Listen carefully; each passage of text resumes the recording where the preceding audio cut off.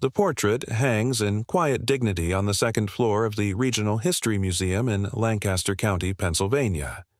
At first glance, it appears entirely unremarkable. A young girl, perhaps 8 years old, sits in a carved wooden chair. Her dark hair is pulled back beneath a velvet ribbon. Her dress is formal, the deep burgundy fabric typical of prosperous families in the late 1880s. Her expression is serious, as was customary for portrait photography of that era. The child's hands rest in her lap, folded around a small, gleaming object. For over 100 years, this painting was catalogued simply as Portrait of a Child, 1888, artist unknown. Museum visitors passed it without pause. Art historians noted its competent but unexceptional execution. The child's identity was lost to time.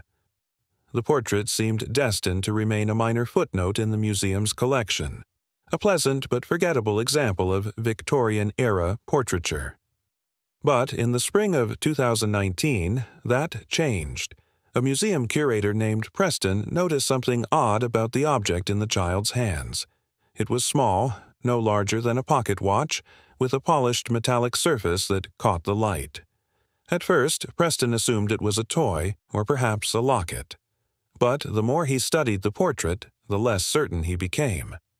The object had an unusual shape. It appeared to have small hinges and moving parts. It looked functional rather than decorative.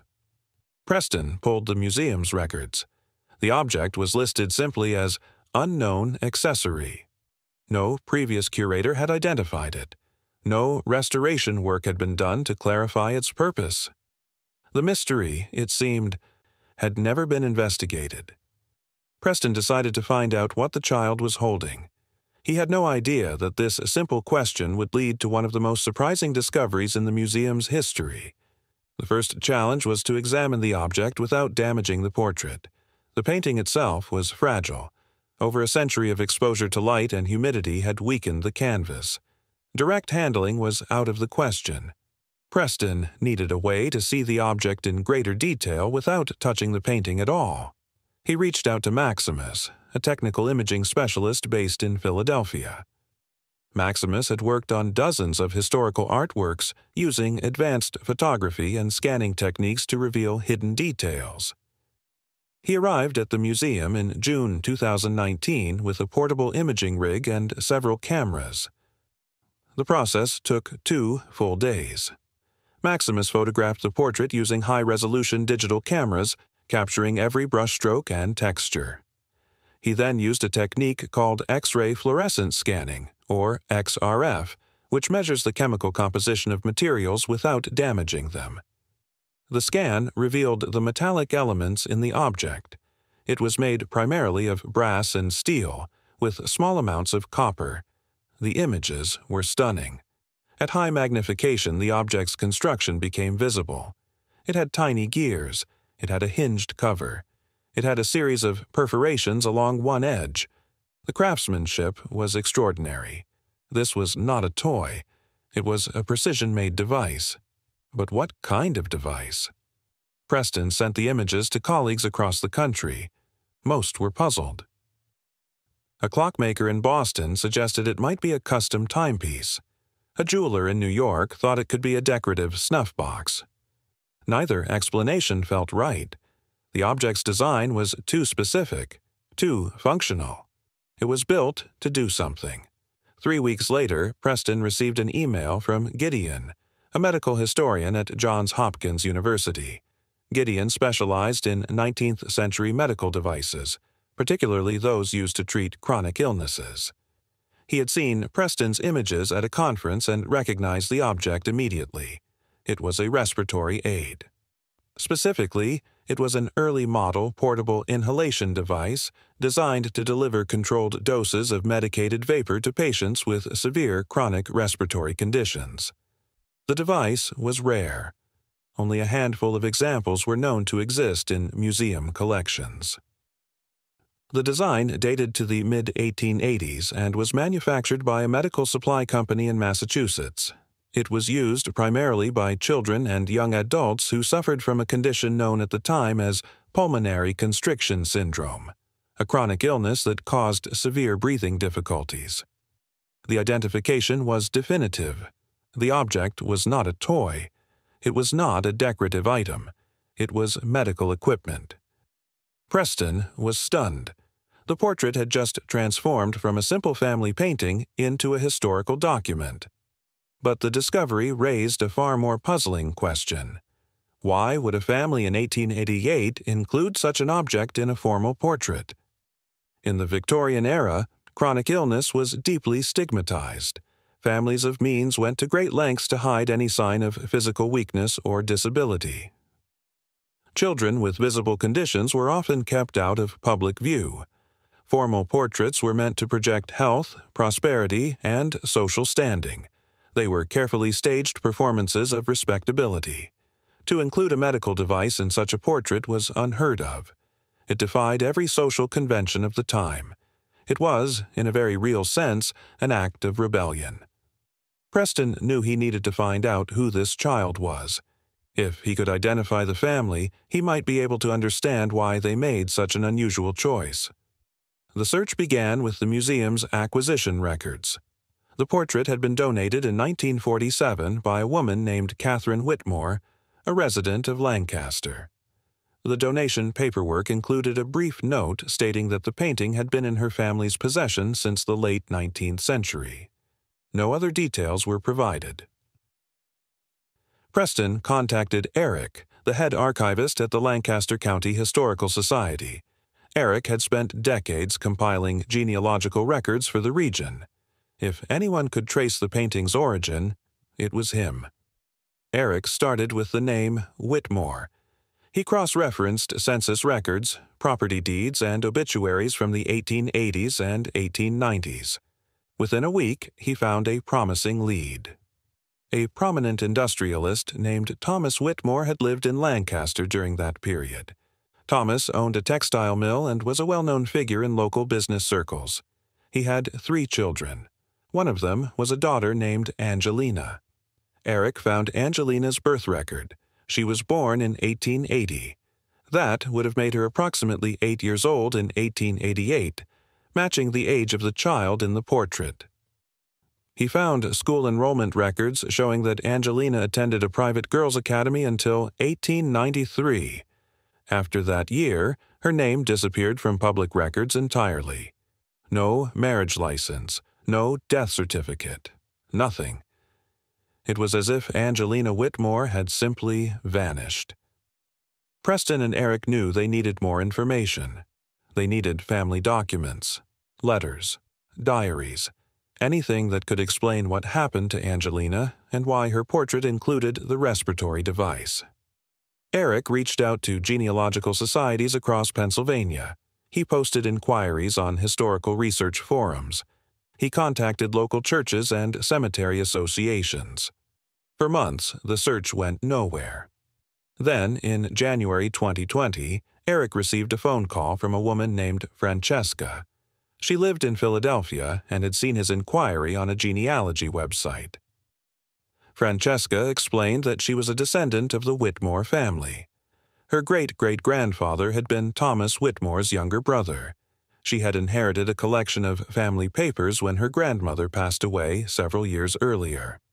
Among those papers were letters written by Thomas Whitmore and his wife, Nicole. Eric and Preston drove to Philadelphia the following week. Francesca welcomed them into her home and brought out a cardboard box filled with documents. Inside were dozens of letters, most dating from the 1880s and 1890s. The paper was brittle and yellowed, but the handwriting was still legible. Preston carefully sorted through the letters. Most were routine correspondence, business matters, social invitations, notes to relatives. But near the bottom of the box he found something different. It was a letter dated March 15, 1888.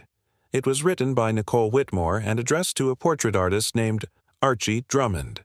Preston read the letter aloud. Nicole began by confirming the commission. She and Thomas had hired Archie to paint a formal portrait of their daughter, Angelina. The sitting was scheduled for April. Nicole then provided detailed instructions about how the portrait should be composed. Angelina was to be dressed in her burgundy velvet gown. She was to sit in the mahogany chair from the parlor. Her hair was to be arranged simply with a single ribbon. And then Nicole wrote something extraordinary.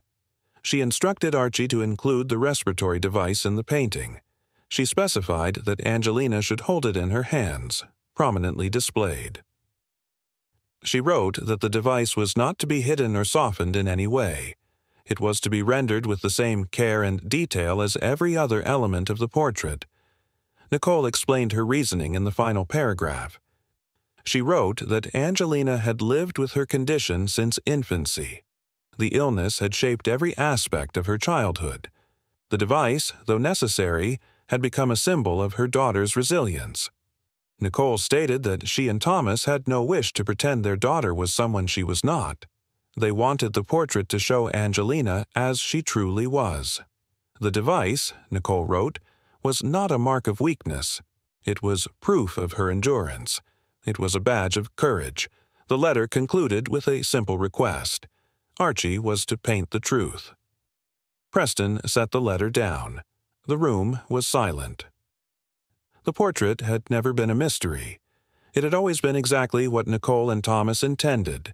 It was a deliberate, conscious documentation of their daughter's reality. In an era that demanded the concealment of illness, the Whitmores had chosen visibility. In a society that equated disability with shame, they had chosen pride. The discovery recontextualized everything. The portrait was no longer a curiosity. It was an act of defiance. It was a statement of love. But questions remained. What had happened to Angelina? Why did her name disappear from records after 1893? Francesca provided the answer. She had more documents. Among them was a diary kept by Thomas Whitmore during the 1890s. The entries were sparse, but one passage stood out. It was dated November 1893.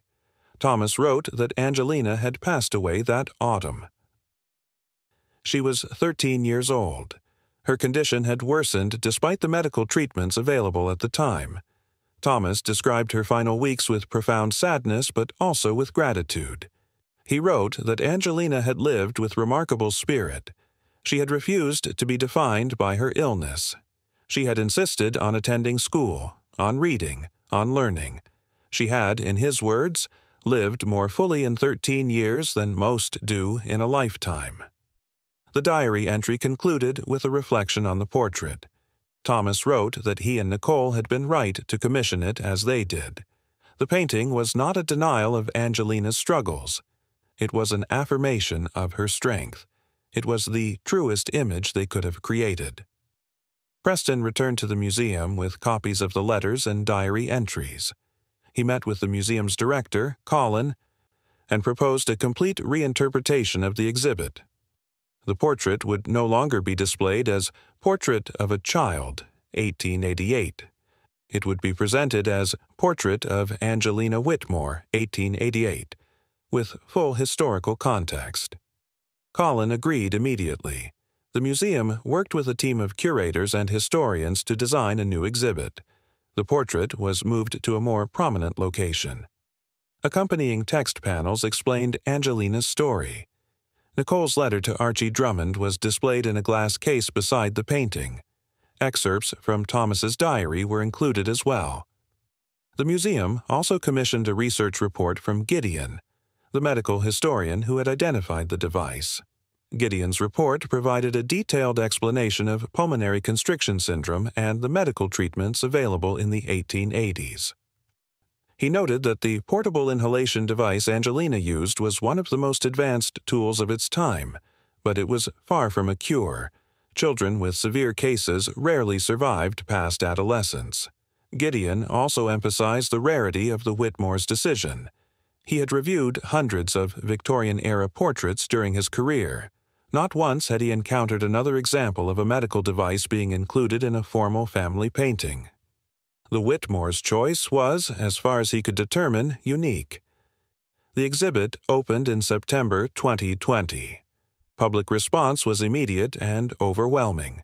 Visitors spent long minutes in front of the portrait, reading the letters and studying the details of the painting. Many left comments in the museum's guest book. One visitor wrote that the exhibit had changed the way she thought about historical representations of disability. Another noted that the Whitmores' love for their daughter was visible in every brushstroke. Local and regional media covered the story. A journalist named Sonny wrote a feature article for the Philadelphia Inquirer, describing the discovery and the subsequent research. The article was widely shared on social media. Within weeks, the portrait of Angelina Whitmore had become one of the most discussed pieces in the museum's collection. Preston was interviewed by several outlets. He spoke carefully, emphasizing that the discovery was the result of collaboration among many researchers. He credited Maximus for the imaging work, Gideon for the identification of the device, Eric for the genealogical research, and Francesca for preserving the family documents. He also stressed that the story was ultimately about Angelina and her family. Preston reflected on what the portrait revealed about the past. Victorian society is often remembered for its rigid social codes and its emphasis on propriety. But the Whitmores' decision showed that there were always individuals who resisted those codes. There were always families who chose honesty over convention. The portrait also challenged modern assumptions about historical attitudes toward disability. It is easy to believe that past societies were uniformly ableist, that people with disabilities were universally hidden or mistreated. Angelina's portrait proved that the reality was more complex. Even in an era of profound stigma, there were acts of love and recognition. The museum's exhibit attracted attention from academic circles as well. Historians of medicine and disability studies scholars began citing Angelina's portrait in their work. A professor named Adeline published a paper analyzing the portrait as an example of counter-normative Victorian representation. Adeline argued that the Whitmores' decision to include the respiratory device was a form of visual activism, a refusal to erase their daughter's experience. Another scholar, Fatima, focused on the role of women in shaping family memory. Fatima noted that Nicole Whitmore had been the one to write the letter to the artist. It was Nicole who articulated the family's intentions. Fatima suggested that women, particularly mothers, often played a central role in determining how children with disabilities were remembered and represented. The research continued. In 2021, a graduate student named Hope discovered additional records related to Archie Drummond, the portrait artist. Hope found that Drummond had been an accomplished painter with a studio in Lancaster. He had completed dozens of commissioned portraits for wealthy families in the region. But the portrait of Angelina Whitmore was the only one in which he depicted a medical device. Hope theorized that Drummond had been moved by Nicole's letter and had taken particular care with the painting as a result. Hope also found evidence that Drummond had known other families dealing with childhood illness. One of his own children had died young from scarlet fever. This personal experience may have influenced his willingness to honor the Whitmores' request. The portrait was not just a professional commission. It was, perhaps, a work of empathy. In 2022, the museum hosted a symposium on Victorian-era representations of health and illness. Scholars from across the country gathered to discuss how families navigated the intersection of private suffering and public image. Angelina's portrait was a central case study. Nayeli, a curator from Boston, noted that the symposium would not have been possible without the detective work that had uncovered Angelina's story. Preston attended the symposium and spoke on a panel about the research process. He emphasized the importance of questioning assumptions. The portrait had been catalogued as unknown for over a century because no one had thought to investigate the object in Angelina's hands. Once someone asked the right question, the entire story unfolded. Preston also acknowledged the limits of historical research. There was still much about Angelina's life that remained unknown. The letters and diary entries provided glimpses, but they were incomplete. Angelina's own voice was absent from the record. Her thoughts, her feelings, her experiences of living with a chronic illness were largely lost to time.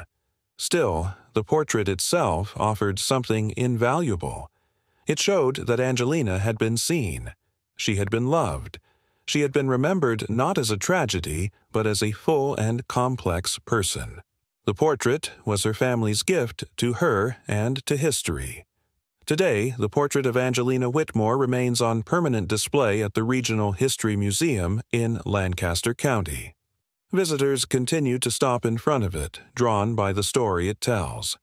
The small, polished object in Angelina's hands is no longer a mystery. It is a reminder of resilience, of family love, and of the courage required to live honestly in the face of societal pressure. The discovery also serves as a broader lesson. History is full of overlooked details. Old photographs, forgotten documents, and seemingly ordinary objects all contain stories waiting to be uncovered. What appears insignificant at first glance may, upon closer examination, reveal profound truths about the past. The portrait of Angelina Whitmore is proof that we must look carefully. We must ask questions. We must be willing to challenge our assumptions about what we think we know. Only then can we begin to see the hidden histories that surround us. And sometimes, as in Angelina's case, those histories are the most important ones of all.